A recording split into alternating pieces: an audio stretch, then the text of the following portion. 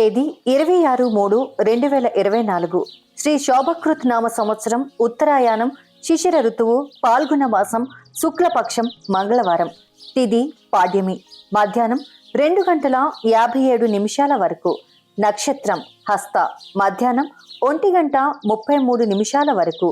వర్జ్యం రాత్రి 10:27 నుండి రాత్రి 12:14 వరకు.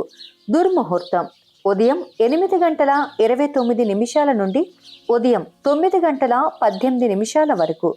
రాత్రి 10:58 నుండి రాత్రి 11:45 వరకు.